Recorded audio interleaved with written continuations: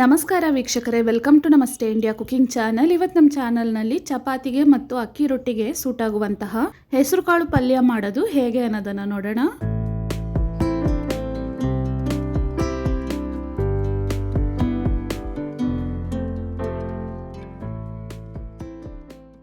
ಇನ್ನೂರು ಗ್ರಾಂ ಹೆಸರು ಕಾಳನ್ನು ರಾತ್ರಿನೇ ನೀರಲ್ಲಿ ನೆನೆಸಿಟ್ಟಿದ್ದೀನಿ.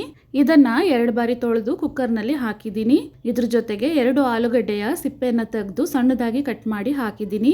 ಆಲೂಗಡ್ಡೆ ಬೇಡ ಅಂದರೆ ಬರೀ ಹೆಸರು ಕಾಳಿಂದ ಮಾತ್ರ ಮಾಡಬಹುದು. ಅರ್ಧ ಸ್ಪೂನ್ ಉಪ್ಪು, ಸ್ವಲ್ಪ ನೀರನ್ನು ಹಾಕಿ ವಿಜಿಲಿಟ್ಟು ಇದನ್ನು ಸಾಫ್ಟಾಗಿ ಬೇಯಿಸ್ಕೊಳ್ತೀನಿ.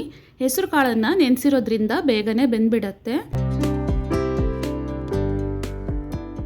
ನೋಡಿ, ಈ ರೀತಿ ಸಾಫ್ಟಾಗಿ ಕಾಳನ್ನು ಬೇಯಿಸ್ಕೊಬೇಕು. ಇದನ್ನು ಒಂದು ಕಡೆ ಹಾಗೆ ಇಡೋಣ.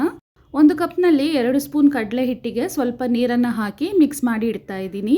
ಕಡಾಯಿನಲ್ಲಿ 1/4 ಕಪ್ಪಷ್ಟು ಎಣ್ಣೆ ಚೆನ್ನಾಗಿ ಬಿಸಿ ಆದಮೇಲೆ 1/4 ಸ್ಪೂನ್ ಸಾಸಿವೆ ಸಿಡಿದಾದ್ಮೇಲೆ ಅರ್ಧ ಸ್ಪೂನ್ ಜೀರಿಗೆ ಹಾಕ್ತಾ ಇದ್ದೀನಿ.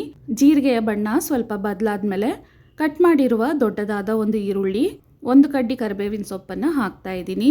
ಈರುಳ್ಳಿಯ ಬಣ್ಣ ಸ್ವಲ್ಪ ಬದಲಾದ್ಮೇಲೆ ಖಾರವಾಗಿರುವ 8 ಹಸಿರು ಮೆಣಸಿನಕಾಯನ್ನು ಸ್ವಲ್ಪ ಸೀಳಿ ಹಾಕ್ತಾ ಇದ್ದೀನಿ. ಇದ್ರ ಜೊತೆಗೆ 1/4 ಸ್ಪೂನ್ ಅರಿಶಿನದ ಪುಡಿಯನ್ನು ಹಾಕಿ ಬಾಡಿಸ್ತಾ ಇದ್ದೀನಿ. ಇದಾದ್ಮೇಲೆ ಜಜ್ಜಿರುವ 1 ಬೆಳ್ಳುಳ್ಳಿಯನ್ನು ಹಾಕಿ ಅರ್ಧ ನಿಮಿಷದವರೆಗೂ ಬಾಡಿಸ್ಕೊಬೇಕು. ಬೆಳ್ಳುಳ್ಳಿ ಚೆನ್ನಾಗಿ ಫ್ರೈ ಆದಮೇಲೆ ಸಣ್ಣದಾಗಿ ಕಟ್ ಮಾಡಿರುವ 2 ನಾಟಿ ಟೊಮೆಟೊವನ್ನು ಹಾಕ್ತಾ ಇದ್ದೀನಿ. ಇದ್ರ ಜೊತೆಗೆ 3/4 ಸ್ಪೂನ್ ಉಪ್ಪು, 1/4 ಸ್ಪೂನ್ಗಿಂತ ಕಡಿಮೆ ಇಂಗು ಹಾಕ್ತಾ ಇದ್ದೀನಿ. ಟೊಮೆಟೊ ಪೂರ್ತಿ ಮ್ಯಾಶ್ ಆಗೋವರೆಗೂ ಇದನ್ನು ಬಾಡಿಸ್ತಿರ್ಬೇಕು.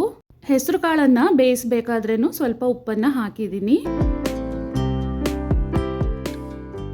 ಟೊಮೆಟೊ ಇವಾಗ ಚೆನ್ನಾಗಿ ಮ್ಯಾಶ್ ಆಗಿದೆ.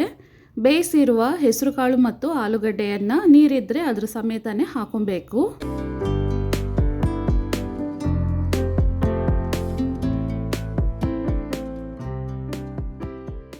ಇದನ್ನು ಚೆನ್ನಾಗಿ ಮಿಕ್ಸ್ ಮಾಡಾದ್ಮೇಲೆ ನೀರಿನಲ್ಲಿ ಕಲಸಿರುವ ಕಡಲೆ ಹಿಟ್ಟಿನ ಮಿಶ್ರಣವನ್ನು ಹಾಕ್ತಾ ಇದ್ದೀನಿ.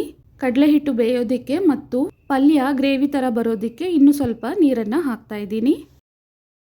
ಈ ಅಳತೆಗೆ ನೀರನ್ನು ಹಾಕಿಬಿಟ್ಟು ಸ್ಟವನ್ನು ಮೀಡಿಯಂ ಫ್ಲೇಮ್ನಲ್ಲಿಟ್ಟು ಇದನ್ನು 3 ನಿಮಿಷದವರೆಗೂ ಚೆನ್ನಾಗಿ ಕುದಿಸ್ಬೇಕು. ಪಲ್ಯವನ್ನು ಕುದಿಸಿ 2 ನಿಮಿಷ ಆದಮೇಲೆ ಸಣ್ಣದಾಗಿ ಕಟ್ ಮಾಡಿರುವ ಕೊತ್ತಂಬರಿ ಸೊಪ್ಪನ್ನು 1 ಮುಷ್ಟಿಯಷ್ಟು ಹಾಕ್ತಾ ಇದ್ದೀನಿ. ಇದನ್ನು ಇನ್ನೂ 1 ನಿಮಿಷ ಕುದಿಸಿ ಸ್ಟವನ್ನು ಆಫ್ ಮಾಡಬೇಕು. ನೀವು ಬೇಕಾದರೆ ಇನ್ನೂ ಸ್ವಲ್ಪನೂ ನೀರನ್ನು ಮೊದಲೇ ಸೇರಿಸ್ಕೊಬಹುದು. ತಣ್ಣಗಾಗ್ತಾ ಪಲ್ಯ ಇನ್ನೂ ಗಟ್ಟಿಯಾಗುತ್ತೆ. ಈ ಹದಕ್ಕೆ ಬಂದಮೇಲೆ ಸ್ಟವನ್ನು ಆಫ್ ಮಾಡಬೇಕು. ಪಲ್ಯ ತಣ್ಣಗಾದ್ಮೇಲೆ ತೀರಾ ಗಟ್ಟಿ ಆದರೆ ಸ್ವಲ್ಪ ನೀರನ್ನು ಸೇರಿಸಿ ಮತ್ತೆ ಕುದಿಸ್ಕೊಬಹುದು. ತುಂಬಾ ಟೇಸ್ಟಿಯಾದ ಹೆಸರು ಕಾಳು ಪಲ್ಯ ಇವಾಗ ರೆಡಿಯಾಗಿದೆ. ಅಕ್ಕಿ ರೊಟ್ಟಿ, ಚಟ್ನಿ ಪುಡಿ ಜೊತೆಗೆ ಅಥವಾ ಯಾವುದೇ ಚಪಾತಿ ಜೊತೆಗೆ ತಿನ್ನೋದಕ್ಕೆ ತುಂಬಾ ರುಚಿಯಾಗಿರುತ್ತೆ. ವೀಕ್ಷಕರೇ, ಈ ರೆಸಿಪಿ ನಿಮಗೆ ಇಷ್ಟ ಆಗಿದ್ದರೆ ನಮ್ಮ ಚಾನಲನ್ನು ಲೈಕ್ ಮತ್ತು ಸಬ್ಸ್ಕ್ರೈಬ್ ಮಾಡಿ.